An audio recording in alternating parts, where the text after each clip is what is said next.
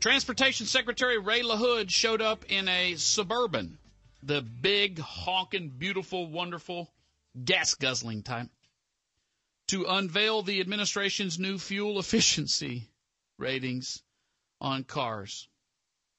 He touts the move as, quote, Obama's plan to provide Americans with relief from high gas prices and break our dependence on foreign oil. Vehicles are now rated by the federal government on a scale of 1 to 10, with 10 being the most desirable across a variety of areas, including smog and greenhouse gas emissions. He showed up in a Suburban, decked out, using your tax dollars, that gets 12 miles to the gallon to tell us that we should drive little go-karts. You freaking hypocrites! I am so done with these damn liberals. You want me to drive around in a golf cart? Then, damn it, you get in that golf cart. You drive around in that golf cart, Barack Obama, instead of dragging your butt and your wife's big fat butt into Ireland, where you embarrassed yourself and our country when the beast bottomed out. If it's good enough for us, it's good enough for you. You get in a little go-kart.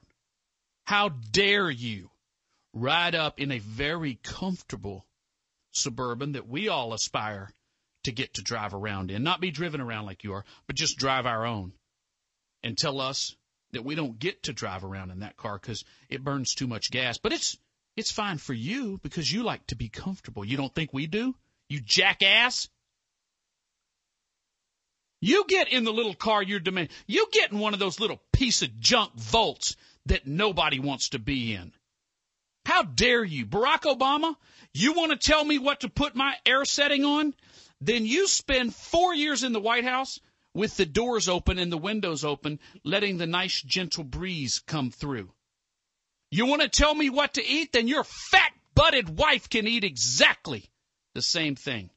She can start eating arugula and vegetables from the liquor store instead of all that fattening, delicious, wonderful haute cuisine that you are engaged in, that you are scarfing down daily. I am sick of it. You disgusting hypocrites. You want to accuse my fellow Americans of being hateful and speaking with rhetoric and vitriol when you've got talk radio hosts on the left referring to other talk radio hosts on the right as sluts? She's a mother to young children. I've seen her beautiful little children. How dare you, you scumbag, lowlife, hypocrite. How dare you? Some of the things that Keith Olbermann has said. You've got John Edwards out there telling the rest of us how to live when he's got women that his big donors that get favorable treatment are paying for his harem that he's running around with like he's a Kennedy.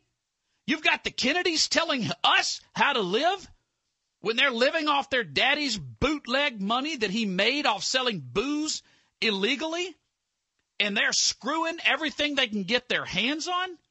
How dare you, you hypocrite scum! You've got the head of the IMF who's going to run, leading the Socialist Party, coming to this country, raping a maid? Good grief, you people have no shame. None.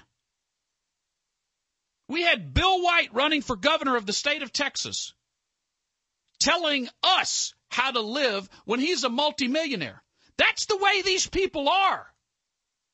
You've got Maxine Waters, who's never run the smallest of companies,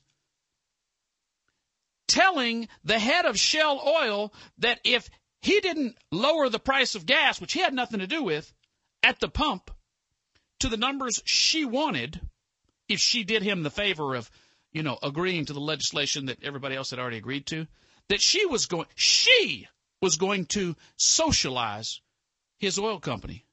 Are you kidding me? You stupid old goat. You don't have a clue. All the while, her husband's under investigation because she got millions of dollars for a bank using stimulus funds that didn't qualify for it. You've got Eddie Bernice Johnson out there talking about social justice while she's using government funds to illegally funnel them to her grandchild. You've got Barney Frank. Let me pull this story up. These hypocrites. Folks, we have got to show our fellow Americans what hypocrites they are. Because that's what it is. They're telling you what not to eat while they feast. They're telling you what not to drive while they're being limoed around in the biggest vehicle imaginable. They're telling you what not to do while they fly around in big jumbo jets that you pay for. They're telling you to pay more in taxes when they've never made a charitable contribution. They're questioning whether you are a threat to this country when they associate and cavort with known terrorists who've killed cops. They're telling you that you are a threat to this country when they've got thug gang-banging rappers coming to the White House singing songs about killing members of law enforcement. They're telling you that he ordered the hit on Osama bin Laden when that same group he criticized. They're telling you this is the high point of the Obama administration, that all of a sudden he went in there himself. Mr. Tough Guy went in there and got Osama bin Laden. He did it. We never could have done it without him. Except he's the guy who said we had to close Guantanamo, which is where we got the information as to where that sand fool was staying. These people are the worst form of hypocrite. You have got to make sure your neighbors understand this. You have got to fight them at every damn corner, people. Do you understand what is at stake? You have got to fight them every single place you can. You have got to pitch your battle. You have got to expose them. Do not wait on ABC, NBC, CBS to do it. They will not do it. They are in bed with these people, literally. They just won't do it. Barney Frank has now admitted that he used his position and his lisp to get his boy toy a job at Fannie Mae. But he says it's not that big a deal. In the early 90s, Frank sat on a congressional committee that regulated Fannie Mae, and at the same time, he helped his lover land a cush gig at Fannie Mae. He says it's nonsense to make a deal about something that's ancient history. Oh, I was really corrupt, but that was a long time ago. And I'm a Democrat. You know what? Y'all can say whatever you want, because my constituents don't care. I'm a fat Barney Frank. And you know what? He's right. Democrats don't care who their elected officials screw.